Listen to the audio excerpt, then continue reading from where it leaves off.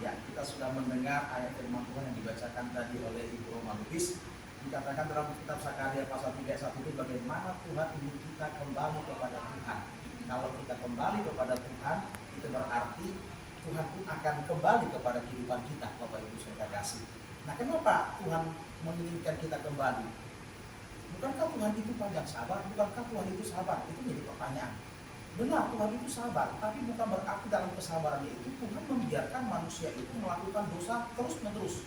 Sebab dengan dosa itu manusia mengalami kesukaran yang besar, mereka mengalami penderitaan. Nah, sebab itulah Tuhan berkata, kalau kamu mau mendapatkan pertolongan daripadaku, maka kamu harus kembali kepadaku. Nah, oleh sebab itulah Tuhan memakai Nabi Sakaria untuk menyampaikan firman ini kepada umat Tuhan pada waktu itu, secara khusus mereka yang sudah mengalami penderitaan. Pada waktu itu mereka mengalami penderitaan, dibuang Tuhan ke Babel, lalu setelah itu Tuhan bawa mereka keluar dari Babel, lalu keturunan ini diperingatkan oleh Tuhan supaya mereka tidak mengalami kesukaran seperti nenek moyangnya dahulu.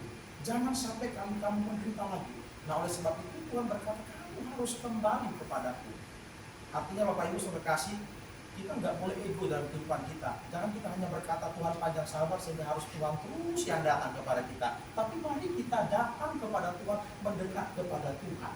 Mengapa kita harus kembali kepada Tuhan? Kalau kita baca di dalam kitab Sakaria pasal 1 tadi itu pada ayat 1 sampai 5, di ayat 2 dikatakan, sangat murka Tuhan atas nenek moyang. Tuhan itu marah. Kenapa Tuhan itu marah? Tuhan tidak suka. Kamu sudah ditolong, kamu sudah dilindungi, kamu sudah dijaga, kamu sudah diberkati, tapi kamu tetap melakukan dosa.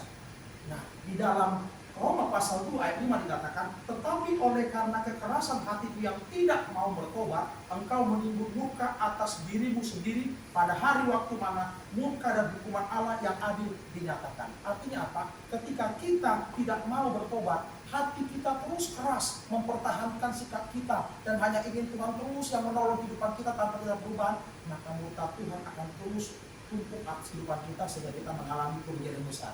Lalu yang kedua itu pada ayat yang ketiga dikatakan Tuhan, aku akan kembali kepadamu. Artinya apa?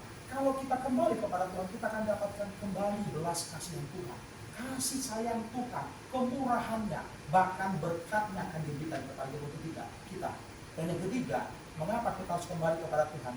Yesaya pasal 59 ayat 1 sampai yang kedua menyebutkan bahwa sesungguhnya tangan Tuhan itu tidak kurang panjang untuk menyelamatkan dan pendengarannya itu tidak kurang tajam untuk mendengar, tetapi yang merupakan pemisah antara engkau dengan Allah sehingga ia tidak mendengarkan doamu ialah segala kejahatan atau dosa.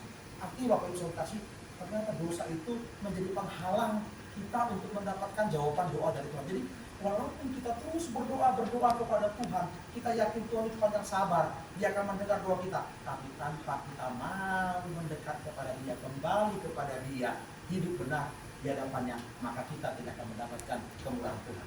Kembali kepada Tuhan itu berarti pertama apa?